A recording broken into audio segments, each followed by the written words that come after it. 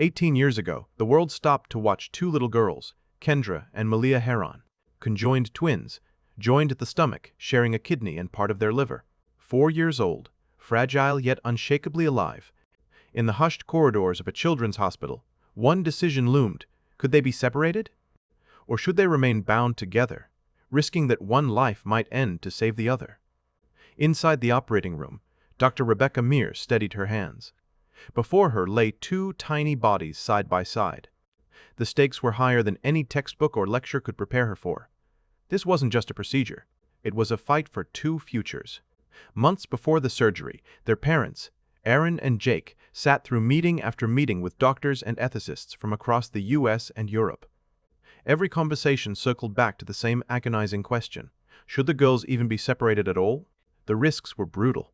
With one kidney and a shared liver, survival wasn't guaranteed. One wrong cut could cost both lives. Aaron carried the sting of a doctor's words from early in her pregnancy. "You should end this," he had told her coldly. "Below their chest, it's just mush. They won't survive." But then came the MRI. For the first time, Aaron saw her daughter's faces. Tiny, delicate, unmistakably human. "I fell in love instantly," she said later, her voice breaking. "I knew then I'd risk everything to give them a chance at life. So when the time came, she and Jake made the decision." With hope in their hearts and fear heavy in their steps, they chose surgery. The morning of the operation, reporters crowded the hospital steps. Around the world, headlines blazed. Will the Heron twins survive? Inside, Aaron clutched the twins' favorite teddy bear. Jake held her hand so tightly his knuckles turned white.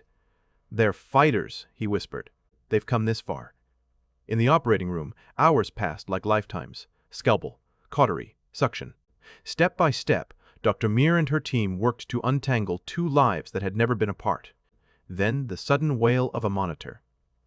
"Malia's heart rate is spiking," a nurse shouted. Every head turned. Dr. Meir moved faster, eyes locked, hands precise. For a moment, the entire room held its breath. If Malia crashed, Kendra's survival might mean her sister's death. But slowly, the beeping steadied. The rhythm held. After 12 grueling hours, the doors swung open. Dr. Meir, exhausted but smiling, looked at Aaron and Jake. "Your girls are separated, and doing well." The parents collapsed into each other's arms, tears streaming. Against all odds, the dream had come true. 6 weeks later, the Herons finally took their daughters home. But separation was only the beginning. Kendra had kept the shared kidney. Malia had none. Dialysis began immediately. 3 draining sessions a week. Aaron made a choice no parent takes lightly. She would donate her own kidney. "I'll do anything for my girls," she said firmly. The transplant was delicate. Hours in surgery, vessels and ureters meticulously joined. Afterward, Malia lay in the ICU, her tiny body tethered to tubes and monitors. Every chart, every blood pressure, every urine output.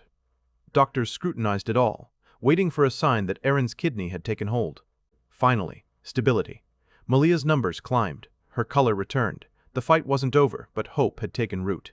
For the first time, Kendra and Malia slept in separate beds. Some nights, one would wake crying, missing the warmth of the other pressed close.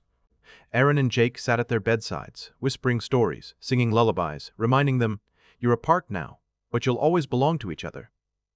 Physical therapy became daily life.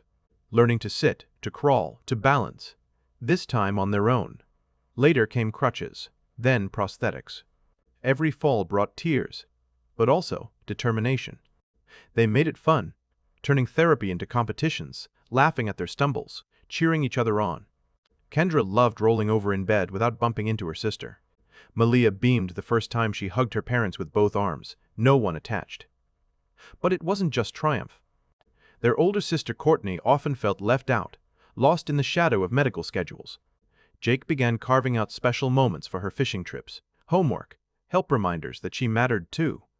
School was another battlefield. Some classmates were kind, others weren't. Whispers, stares, cruel words about how they walked. But the twins had each other. If someone mocked Malia, Kendra spoke up.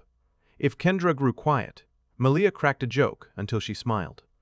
Slowly, the other kids saw past their scars. At home, new joys bloomed. Kendra discovered art painting flowers and animals in vivid colors. Malia picked up a guitar, teaching herself to play with one hand. Their little brothers, Austin and Justin, danced around her music, begging Kendra for drawings. Still, the hospital was never far. Every 6 months, surgeries to straighten their spines. Every year, endless checkups. And one terrifying stretch when Malia's donated kidney faltered, landing her back in the hospital. Courtney stepped up then, visiting Malia daily, caring for her younger brothers so Aaron and Jake could stay by her bedside. Finally, Malia pulled through. The family celebrated with cake and laughter, grateful simply to be together again. Years rolled forward. The surgeries, the therapy, the dialysis, it never fully ended. But it didn't define them either.